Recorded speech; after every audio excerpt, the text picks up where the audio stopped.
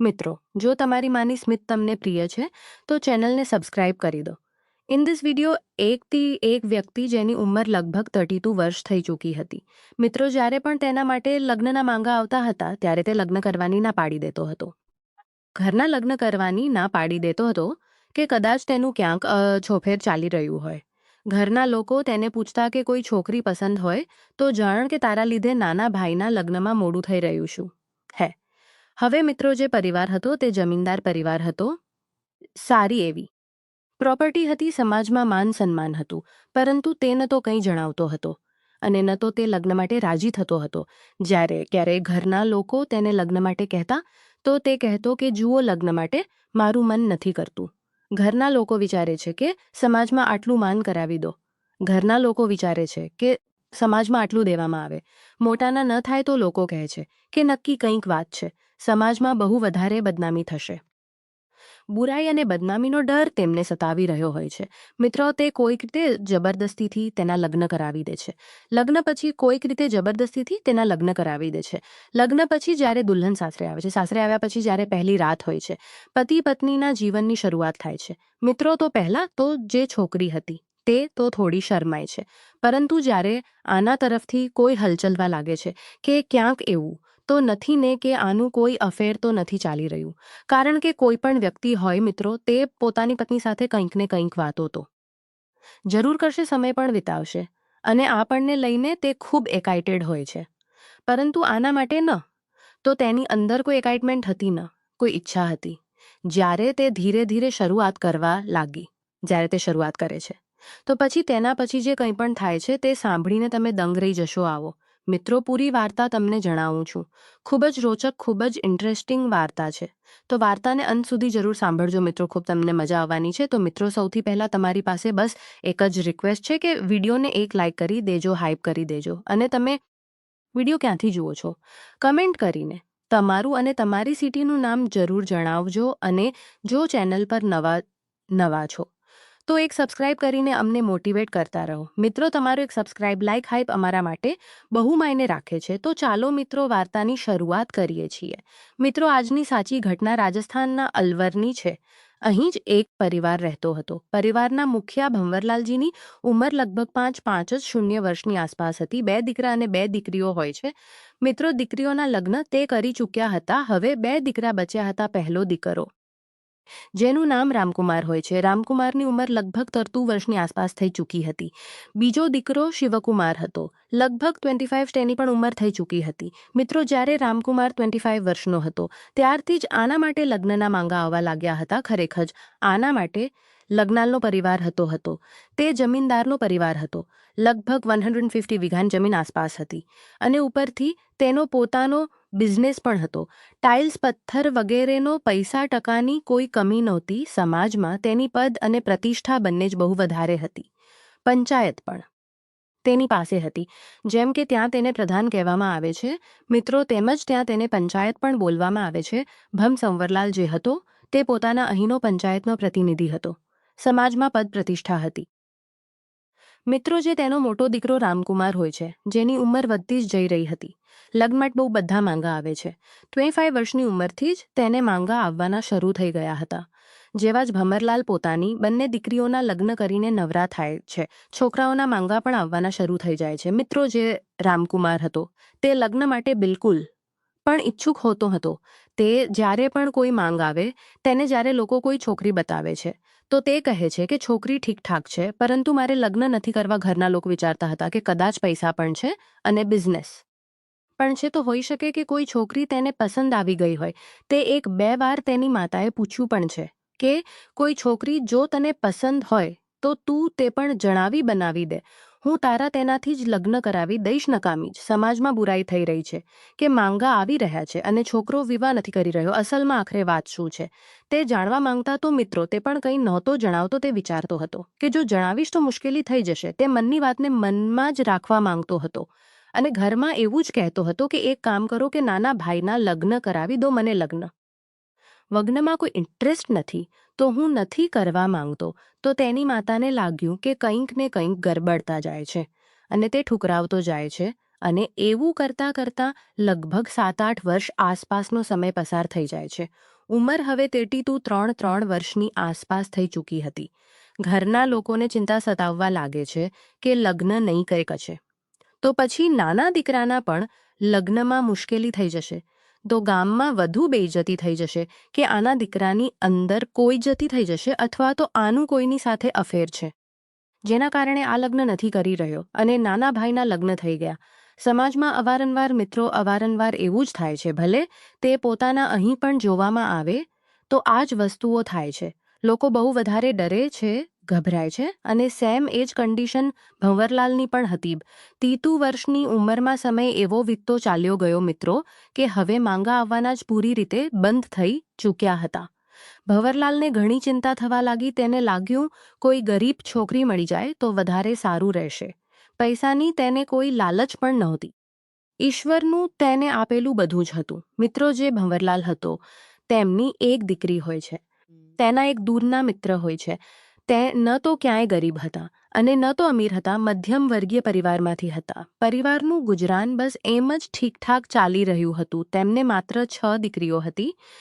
તેમની સૌથી મોટી દીકરી, જેનું નામ સુષ્મા હોય છે. મિત્રો, તેઓ એક દિવસ લગ્ન માટે ભંવરલાલને કહે છે, તમને જો અમે દેવામાં કંઈ નહીં આપી શકું ચાહો તો પોતાની દીકરી સુષ્માના વિવાહ હું તમારા દીકરા રામકુમાર સાથે કરી શકું છું. ભંવરલાલ કહે છે કે યાર, હું તો ચાહું છું કે મારા દીકરાના લગ્ન થઈ જાય, પરંતુ તે કરવા માટે તૈયાર જ નથી થતો. વારંવાર કહે છે કે નાના ભાઈના લગ્ન કરાવી દો. તો તે કહે છે કે નાના ભાઈના લગ્ન કરાવી છું અને બંને મળીને વાત કરીએ છીએ. હોઈ શકે કે વાત કંઈક બની જાય. હવે મિત્રો, જે સુષ્માના પિતા હોય છે અને જે ભંવરલાલ હોય છે તે ઘરે આવે છે અને ઘરે આવ્યા પછી રામકુમાર સાથે વાતચીત કરવામાં આવે છે. રામકુમાર ખબર નહીં, તે ઘરના લોકો તેને એટલા વધારે મેણા ટોણા આપી ચૂક્યા હતા કે એ બધી વસ્તુઓથી તે થાકી ચૂક્યો હતો. તો તે લગ્ન માટે હા પાડી દે છે. કહે છે કે પરંતુમાં મારી એક શરત પછી જો કોઈ લફડું વિવાદ થયો તો તેની જવાબદારી મારી નહીં હોય. આ સાંભળીને બધા ગભરાઈ જાય છે. કહે છે કે એવી કઈ વાત છે આખરે, તો તે બતાવવાનો પણ પ્રયત્ન નથી કરતો. બસ આટલું બોલીને તે ચાલ્યો જાય છે. બધાને લાગ્યું કે હોઈ શકે કે અત્યારે ગુસ્સામાં કહી રહ્યો છે, કારણ કે અમે આના ઉપર દબાણ બનાવ્યું છે. લગ્ન પછી જેવી જ પત્ની આવશે તો બધા સુધરી જશે. કેટલાક લોકો એવા હોય છે જેઓ શરૂઆતમાં નાટક કરે છે, પછીથી આ બીવીના ગુલામ બનીને રહી જાય છે. આ કહીને મિત્રો, જે બધા લોકો હોય છે આ વાતને ટાળી દે છે. હવે લગ્નની ડેટ જે તે તૈયાર જાય છે. હવે ધીરે ધીરે કરીને જાનનો પણ તે તૈયાર થઈ જાય છે. હવે ધીરે ધીરે કરીને જાનનો પણ સમય નજીક આવવા લાગે છે અને તે દિવસ પણ આવી જાય છે. મિત્રો, રામકુમાર વરરાજા તો બની જાય છે. બિલકુલ જ જે છે તે તૈયાર થઈ ચૂક્યો હતો. કોઈક રીતે દબાયેલા મને તે વરરાજા બનીને જાય છે. પોતાના સાસરે હવે જયમાલા વગેરે થાય છે. લગ્ન વિવાહની વિધિ થાય છે. બીજા દિવસે સુષ્મા દુલ્હન બનીને તેના ઘરે આવી જાય છે. મિત્રો, સુષ્મા જે હતી તે અંદરથી બહુ ખુશ હતી, કારણ કે તે એક જમીનદાર પરિવારની વહુ બની હતા. પરંતુ ચાલો, તેના ઓછામાં ઓછા લગ્ન થયા. તે બહુ જ સારા ઘરમાં થયા હતા. પૈસા અને પ્રોપર્ટીની કોઈ કમી નહોતી. બધું જ માનું એકદમ ભરેલું પડ્યું હતું. મિત્રો, તે વહુ બનીને પોતાના ઘરે આવે છે, એક આશા લઈને કે તેના નવા જીવનની શરૂઆત આજથી થશે અને આગળ ચાલીને તે પોતાના વૈવાહિક જીવનમાં ખુશ રહે છે. સાસરે અને સાસરામાં તેનું બહુ જ સ્વાગત સન્માન થાય છે, આગતા સ્વાગતા થાય છે. જોઈને તેને બહુ સુષ્માને સારું લાગ્યું હતું. ભંવરલાલની પત્નીને કંઈક વધારે જ ઉત્સાહ હતો.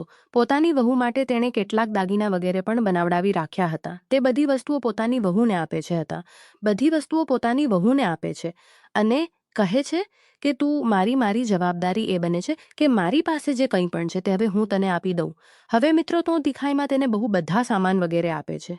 હવે મિત્રો, તે દિખાઈમાં તેને બહુ બધા સામેલાઓ આવે છે, તેને જુએ છે વગેરે. અને પછી તેના પછી ધીરે ધીરે કરીને સાંજનો સમય થઈ જાય છે. હવે સાંજના સમયે ત્યાં પર કંઈક ખેતર ટાઈપનું હોય છે, જેમાં ગામની મહિલાઓ જે છે તે આસપડોશની જે મહિલાઓ છે તે આવે છે. તે ઢોલ વગાડે છે, નાચે છે, ગાય છે. હવે જે સુષ્મા હોય છે તે પણ માં ભાગ લે છે. સુષ્મા જે હતી તે ગાવામાં અને ઢોલ વગાડવામાં અવ્વલ દરજાની હતી. એટલું જ સારું તે ગાતી પણ હતી. દેખાવમાં પણ ઘણી વધારે સુંદર હતી. જ્યારે તે નાચવાનું ગાવાનું શરૂ કરે છે તો પછી જે ગામની મહિલાઓ હોય છે તે મંત્રમુગ્ધ થઈ જાય છે. તે ભંવરલાલની પત્નીને કહે છે કે બહુ જ સુંદર વહુ મળી છે, બહુ જ સુશીલ મળી છે, સર્વગુણ સંપન્ન વહુ મળી છે. ભંવરલાલની પત્ની કહે છે કે મોડી મળી પણ દુરસ્ત મળી મારો દીકરો જ છે, જે કે નાના લગ્ન માટે કર્યા કરતો હતો. ચાલો ઓછામાં ઓછું કોઈક રીતે તો તૈયાર થયો. કહે છે કે ઘરની લક્ષ્મી બધાના ઘરે નથી જતી, કદાચ આ મારા ઘરમાં લક્ષ્મીનું જ રૂપ આવી છે. તેને ઘરના લોકો તેનાથી ઘણા વધારે ખુશ, મનમાં એક ઉત્સાહ હતો, જોશ હતો, પરંતુ તેમને એ નહોતી ખબર કે આગળ આવનારી પળમાં તેની સાથે શું કંઈ થવાનું હતું. કોઈને કાનો કાન ખબર સુધી નહોતી. હવે સમય વીતતો જાય છે અને રાત હવે થઈ જ ચૂકી હતી. હવે તે સમય આવી જાય છે જ્યારે પતિ પત્ની પોતાના રૂમમાં પોતાના નવા વૈવાહિક જીવનની શરૂઆત કરવા માટે જાય છે. હવે જે સુષ્મા હોય છે મિત્રો, તે દુલ્હનના જોડામાં પોતાના બેડ પર બેઠેલી હતી અને બીજી તરફ જે રામકુમાર હતો તે પોતાના બહારવાળા રૂમમાં સૂતેલો હતો. તેને કોણ જાય બોલાવવા માટે. તેના પરિવારના ગૃહસ્થીમાં તેની એક ભાભી લાગતી હતી. તે તેની પાસે જાય છે અને કહે છે કે જાઓ, તમારી પત્ની તમારા રૂમમાં રાહ જોઈ રહી છે. મિત્રો, તે કહે છે કે હું ત્યાં નહીં જાઉં. તે રામકુમારને કહે છે કે અત્યારે શરમાઈ રહ્યા છો, 1-2 દિવસ વીતવાથી બહાર નહીં નીકળો, તમે જોઈ લેજો. રામકુમાર કહે છે કે જુઓ, આ બધી વસ્તુઓ મને સારી નથી લાગતી. હવે તેમને એ લાગ્યું કે હસી મજાક ચાલી રહ્યો છે. તે તેનો હાથ પકડે છે અને લઈ જઈને સુષ્મા જ્યાં તેનો રૂમ હોય છે તેને ત્યાં આગળ તે બેસાડી દે છે અને પછી દરવાજો જે છે તે બંધ કરી લે છે. સુષ્માને કે દરવાજો અંદરથી લોક કરી લે છે. મિત્રો, સુષ્મા ઊભી થાય છે અને દરવાજો લોક કરી લે છે અને પછી તેના પછી બંને પતિ પત્ની બેસીને કંઈક વાતો કરે છે. રામકુમાર પોતાની પત્ની સુષ્માને કહે છે કે જુઓ, મારો લગ્નમાં કોઈ ઇન્ટરેસ્ટ ન હતો. સુષ્મા કહે છે કે એવી કઈ વાત થઈ ગઈ? શું તમને કોઈ બીજી પસંદ હતી? તો તે બોલ્યો કે ના, મારી જિંદગીમાં કોઈ છોકરી આવી નથી અને ન તો મારો ક્યારે આ વસ્તુ સુષ્માને લાગ્યું કોઈ ઇન્ટરેસ્ટ રહ્યો છે. આ સાંભળીને સુષ્માને લાગ્યું કે એવી કઈ વાત છે. મિત્રો, તે ગુપચુપ રીતે પૂરી રીતે ત્યાં જ બેસી રહે છે. સુષ્મા જે હતી તેના બેડની બાજુમાં એક ગ્લાસ દૂધ રાખેલું હતું. તે રામકુમારને આપે છે અને દૂધ પીધા પછી મિત્રો સમય વધતો જઈ રહ્યો હતો. સુષ્માના મનમાં ઉત્સાહ હતો, જોશ હતો કે આજે તેના નવા પ્રકરણની શરૂઆત થવાની હતી. તેને હતું કે તે પોતાની તરફથી કંઈક હલચલ કરશે, પરંતુ બંને જ પલંગ પર સૂઈ જાય છે અને સૂતા પછી સુષ્મા જુએ છે કે રામકુમાર જે છે તે તેની તરફ પીઠ કરીને સૂઈ ગયો છે અને જે સુષ્મા છે તે આ આશા પર સૂવે છે કે હવે આ થોડી વારમાં કંઈક કરશે, કંઈક શરૂઆત કરશે, કંઈક પહેલ કરશે. પણ મિત્રો, ન કોઈ આશા દેખાય છે, ન કોઈ હલચલ દેખાય છે. સુષ્મા બહુ વાર સુધી રાહ જુએ છે. સુષ્મા બહુ વાર સુધી રાહો જુએ છે, પરંતુ તેને લાગવા માંડ્યું કે હવે આ કંઈ નહીં કરે તો ચાલો હું જ કંઈક કરું. સુષ્મા ધારે કંઈક નહીં કહે છે. તેને એક પત્ની તરીકે જે કંઈક તેનાથી થાય છે તે તેને સ્પર્શ કરવાનો પ્રયત્ન કરે છે, પ્રેમ કરવાનો પ્રયત્ન કરે છે. મિત્રો, લગભગ 1 કલાક સુધી તે તેની સાથે લાગેલી રહે છે, પરંતુ તેના શરીરમાં કોઈ પ્રકારની કોઈ હલચલ નહોતી થઈ રહી. મિત્રો, એવું કરતાં કરતાં સવાર થઈ જાય છે. તે રાત્રે સુષ્માને ઊંઘ નાવી. સુષ્માને લાગવા માંડ્યું કે ક્યાંક ને ક્યાંક કંઈક ને કંઈક ગરબડ તો જરૂર છે. હવે મિત્રો, એવું કરતાં કરતાં લગભગ 2-3 દિવસનો સમય વીતી જાય છે. બીજા દિવસે સવાર થાય છે. સુષ્મા જે કિચન વગેરેનું કામ હોય છે તેમાં તે લાગી જાય છે. રામકુમાર ઊભો થાય છે અને પોતાના મિત્રો સાથે તે ફરવા ચાલ્યો જાય છે. મિત્રો જે હતા તે તેના નવા જીવનની શરૂઆત વિશે પૂછપરછ કરવા લાગે છે, હસી મજાક કરવા લાગે છે. તો તે કંઈ પણ નથી જણાવતો, બિલકુલ જ શાંત રહે છે. પૂરો દિવસ તે મિત્રો સાથે રહે છે અને રાત્રે ફરી એ જ પ્રક્રિયા શરૂ થાય છે કે જે સુષ્મા હોય છે તે આજે કંઈક વધારે જ એડવાન્સ હતી. તે પૂરી રીતે પોતાની તરફ તેને ખેંચવાનો પ્રયત્ન કરી રહી હતી, પરંતુ તે વારંવાર તેને ઝાટકી રહ્યો હતો, તેનાથી અંતર બનાવી રહ્યો હોય છે. પરંતુ સુષ્માએ આજે વિચારી લીધું હતું કે ભલે આજે ગમે તે થઈ જાય, આજે હું નવા જીવનની શરૂઆત જરૂર કરીશ.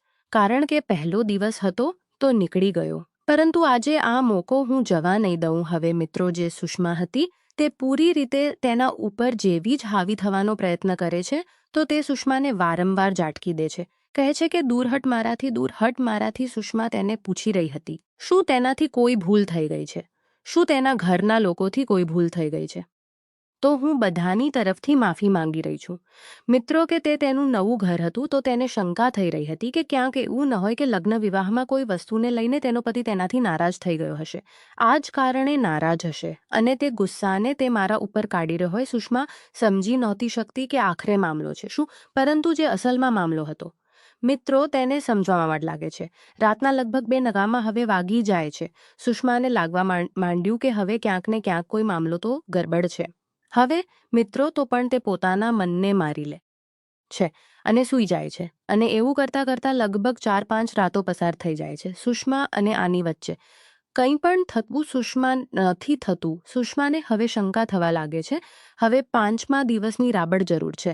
હવે 5મા દિવસ રાત હોય છે. મિત્રો સુષ્મા અને જે રામકુમાર હોય છે તે બંને જ પલંગ પર હતા. સુષ્માએ રામકુમારને કહ્યું કે આપણે લોકો આ રીતે ક્યાં સુધી રહીશું? આખરે હું તમારી પત્ની છું અને તમારો પણ અધિકાર મારા ઉપર બને છે. આપણા બંનેના નવા જીવનની શરૂઆત થવાની આ રીતે રહેશો તો આખરે કેવી રીતે કામ ચાલશે? તે તેને બહુ સમજાવવાનો પ્રયત્ન કરે છે. પરંતુ તેના પણ નથી સરકતી. માનો તેના શરીરમાં કોઈ હલચલ જ નથી થઈ રહી. મિત્રો સુષ્મા સમજી જાય છે કે કંઈક ને કંઈક ગરબડ છે. સુષ્માએ આજે પ્રણ કરી લીધું હતું કે ભલે આજે ગમે તે થઈ જાય, આજે તે સચ્ચાઈ જાણીને જ રહેશે. અસલમાં આખરે વાત શું છે જે જાણીને જ રહેશે. રામકુમાર ઉપર હાવી થઈ જાય છે અને પછી તે એક પોલીસની જેમ તેના પર હાવી થઈ જાય છે અને પછી તેની સાથે બધું જ કરવાનું શરૂ કરી દે છે. પરંતુ મિત્રો તે તેના કપડાં અલગ અલગ કરી દે છે, બધું જ કરી દે છે. પરંતુ જે રામકુમાર હતો તે પોતાનું બદન સુદ્ધા નહોતો હલાવી રહ્યો. માનો એકદમ તે સુસ્ત જેવો સૂતેલો હતો. મિત્રો સુષ્મા જે છે તે અડધા કલાક સુધી તેની સાથે પ્રયત્ન કરે છે પરંતુ તેના શરીરમાં કોઈ હલચલ જ નથી થઈ રહી અને આ જોઈને તે દંગ રહી જાય. સમજી જાય છે કે અસલમાં મામલો શું છે. બીજા દિવસે હવે સવાર થાય છે અને પિયરમાં ફોન કર્યા પછી પોતાના પિતાને બોલાવીને કે તેનો કોઈ ભાઈ હતો નહીં તો તે પિતાને કહે છે કે કાકાને લઈને આવજો, 2-4 લોકોને બીજા લઈને આવજો. મારે અહીં નથી રહેવું, મારે તલાક જોઈએ છે. અને આ સાંભળીને સુષ્માના પિતા અને જે તેના કાકા વગેરે હોય છે તે બધા દંગ રહી જાય છે કે આખરે 4-5 દિવસમાં એવી કઈ વાત થઈ ગઈ, એવી કઈ ઘટના ઘટી ગઈ. તેને લાગ્યું કે કદાચ હોઈ શકે કે જમાઈ ગુસ્સામાં હશે, કંઈક માર્યા પીટ્યા હશે, કોઈ લડાઈ ઝઘડો થયો હશે. તો તેઓ દોડતા દોડતા મિત્રો સુષ્માના ઘરે પહોંચે છે. ભંવરલાલજી ત્યાં આગળ તેમને મળે છે. ભંવરલાલજી સાથે વાતચીત થાય છે. કહે છે કે વાત શું છે, સમજી લો. કોઈ મુશ્કેલી પરેશાની છે શું? તો ભંવરલાલ કહે છે કે કોઈ મુશ્કેલી પરેશાની એવી તો નથી. તો તેમણે કહ્યું કે સુષ્માએ ફોન કર્યો હતો અને એવી તેણે વાત કહી છે. મિત્રો સુષ્માને ખબર પડે છે કે તેના પિતાજી આવી ગયા છે. તો પછી જે સુષ્મા છે તે પિતાને અંદર પોતાના રૂમમાં બોલાવે છે અને તે ઘરની જે 4 દિવાલો હોય છે મિત્રો તેની અંદર તે વાત કરવી જ યોગ્ય સમજે છે. કારણ કે માન સન્માન ભંવરલાલનું બહુ છે. તે તેને બગાડવાનો પ્રયત્ન બિલકુલ પણ નથી કરતી. અને પછી તેના જે કાકા અને જે તેના પિતા હોય છે અને ગામના જે 2-4 લોકો બીજા આવ્યા હોય છે, બધા લોકો ભેગા થાય છે અને ભંવરલાલજી બેઠા હોય છે. તેમની પત્ની બેઠેલી હોય છે. ભંવરલાલનો નાનો દીકરો શિવકુમાર પણ બેઠેલો હતો. હવે જે રામકુમાર હતો મિત્રો આજુબાજુ તે ક્યાંક ચાલ્યો ગયો હતો. હવે જે સુષ્મા હોય છે તે છે કે રામકુમારને પણ બોલાવો મિત્રો.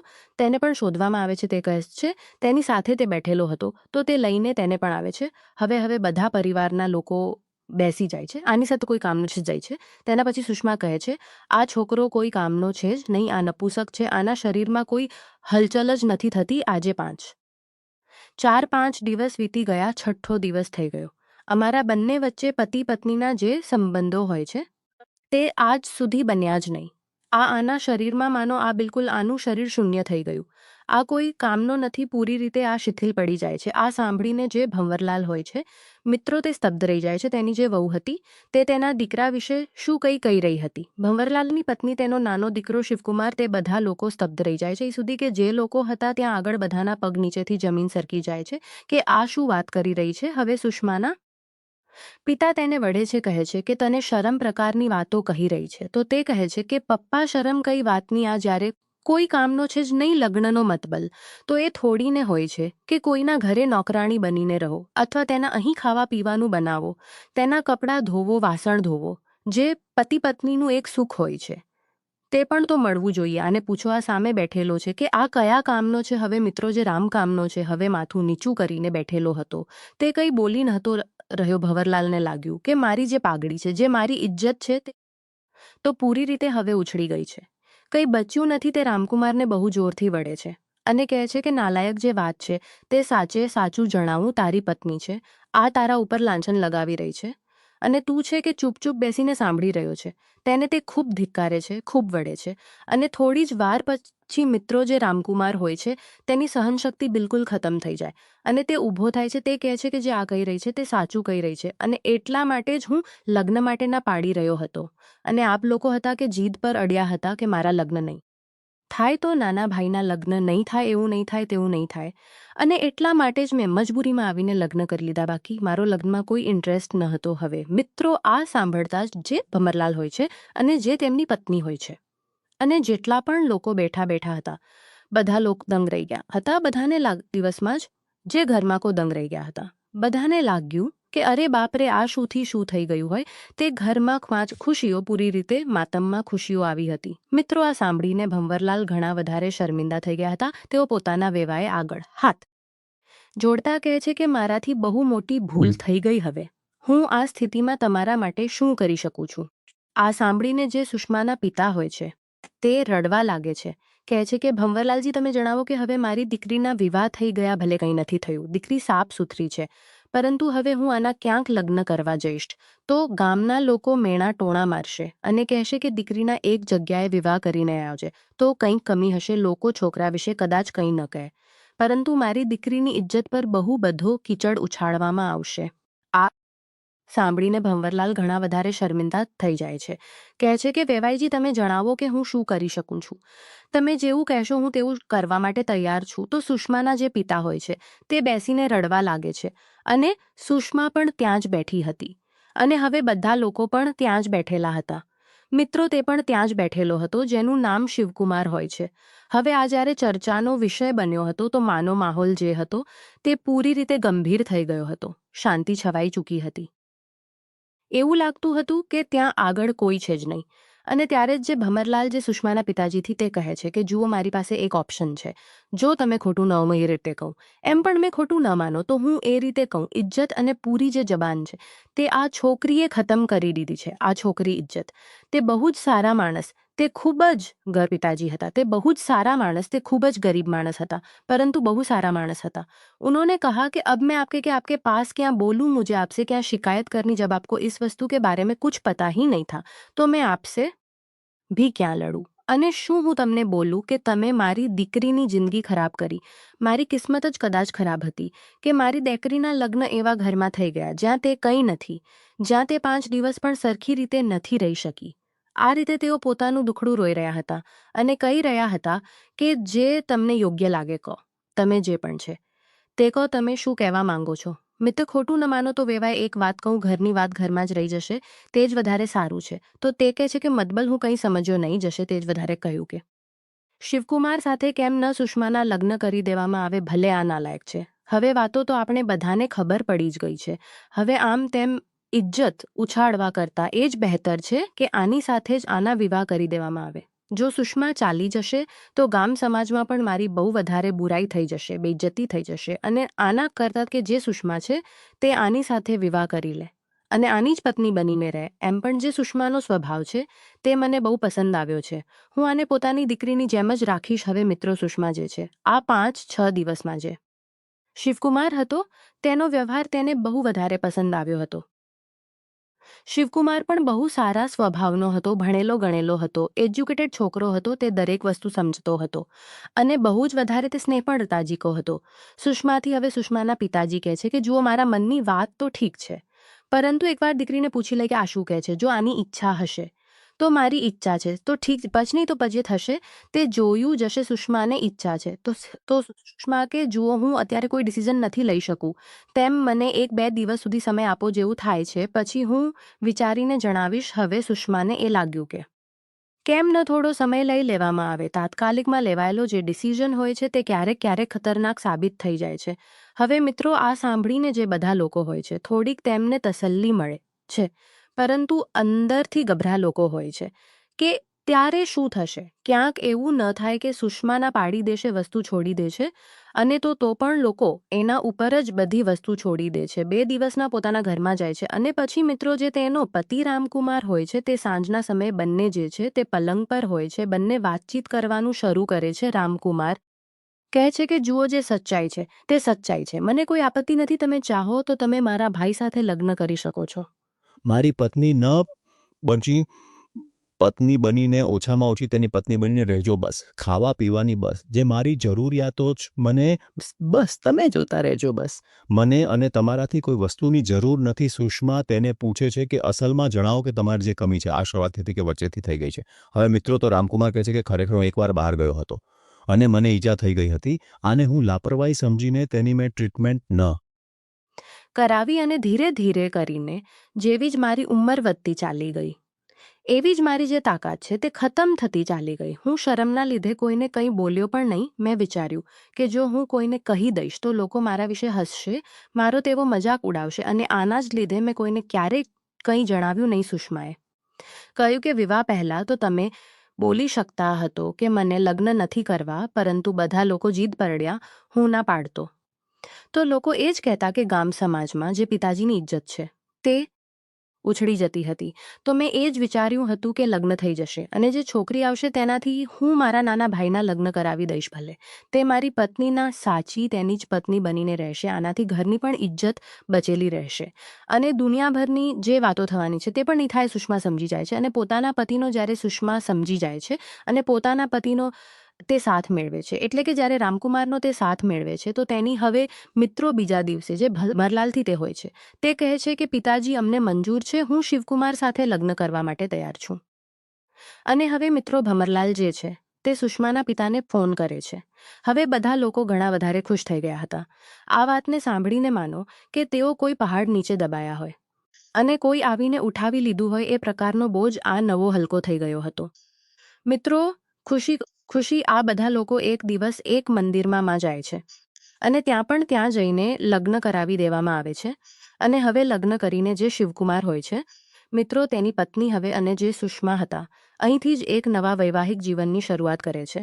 તો મિત્રો, એક સમજદારી અને એક બુદ્ધિમાન અને એક ભણેલા ગણેલા લોકોએ એવો નિર્ણય લીધો જેથી કરીને પરિવારની ઇજ્જત પણ બચેલી રહી અને સંબંધો પણ બચેલા રહ્યા હોઈ શકે કે જો કંઈક બીજો નિર્ણય હોત તો તેનું જે પરિણામ હોત તે જ હોત. તો મિત્રો, આ રહી વાર્તા. મિત્રો, અમારી વાર્તા સંભળાવવાનો ઉદ્દેશ્ય આવી કોઈમાં સંભળાવવાનો ઉદ્દેશ્ય આવી ન કોઈની ભાવનાઓને ઠેસ પહોંચાડવાનો નથી. બસ માત્ર તમને સતર્ક કરવાનો છે, તમને જાગૃત કરવાનો છે. તો મિત્રો, તમે શું રાય આપો છો? જે સુષ્માએ કર્યું તે સાચું કર્યું કમેન્ટ કરીને જરૂર જણાવજો.